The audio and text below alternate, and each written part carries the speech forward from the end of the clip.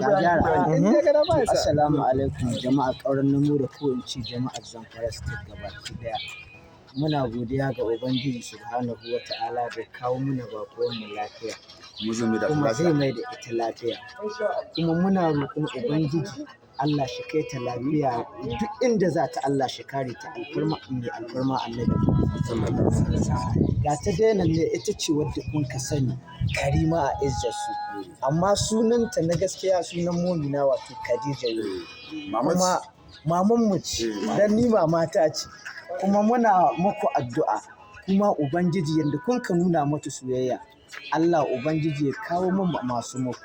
Sunana Bilaminu Bishu ƙauren Namoda. Ga mamanmu kuma muna muku addu'a don Allah ku taya ta da addu'a Allah shi ƙara girma da ɗaukaka gare ta. Kuma Ubangiji duk inda ta tunkara gaba Ubangiji Allah shi kai ta lahiya ya mai kan lahiya. Muna roƙon mata alfarman mai alfarma Annabi Muhammadu. Duk da yake kun sani cewa ita masoyiyar Annabi Muhammadu ce. Duk inda ta wulga za ka ji kalmar ta Annabi Muhammadu. To ai kaga ko ta riƙe komai. To na gode sosai da wannan karamci da aka yi min a garin ƙauren Namoda da kuma cikin garin Magarya. Na gode Allah ya saka muku da alkhairi. Allah ya bar mu da soyayya Annabi Muhammadu. Amin.